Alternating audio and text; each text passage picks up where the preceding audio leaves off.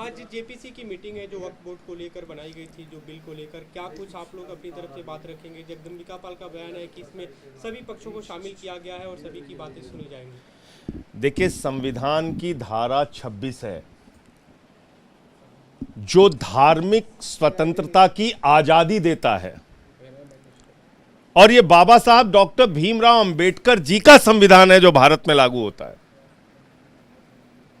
और उस संविधान में लिखा है कि धार्मिक संस्थाओं के प्रबंधन में कोई भी हस्तक्षेप सरकार का नहीं होगा। वो चाहे मंदिर हो, चाहे मस्जिद हो, चाहे गुरुद्वारा हो, चाहे चर्च हो। लेकिन ये जो कोशिश की जा रही है मौजूदा मोदी सरकार के द्वारा, इस कोशिश के पीछे एकमात्र मंशा है जमीनों को कब्जा करके अडानी को देना। ये अपने दोस्त अडानी को जमीनें देने के लिए ये बिल लाया जा रहा है।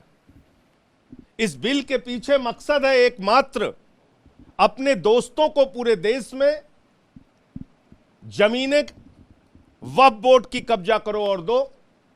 वक्फ बोर्ड की जमीनें कब्जा हो जाएं तो गुरुद्वारे की जमीनें देश भर में कब्जा होंगी और दोस्तों को दी जाएंगी। फिर चर्चों की जमीनें कब्जा होंगी और दोस्तों को दी जाएंगी।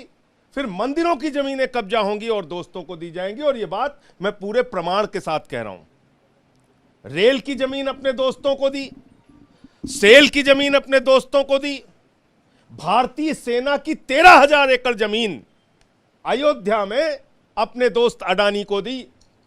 3 काला कानून किसानों के खिलाफ लेके आए थे, उसमें भी मंशा थी। प्रधानमंत्री जी अपने दोस्तों को जमीनें देना चाहते थे। वो बिल किसानों और हम लोगों के विरोध की वजह से रोका गया, वरना आज देश भर के किसानों की जमीनों पे कब्जा हो जाता।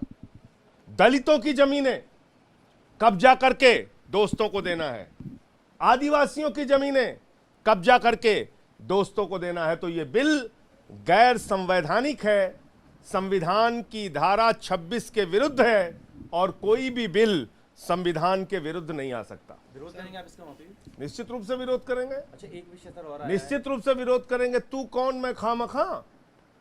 भाई, जिसमें सरकार के हस्तक्षेप का कोई मतलब नहीं है, आप उन धार्मिक कार्यों में, धार्मिक संस्थाओं में हस्तक्षेप कर रहे हैं।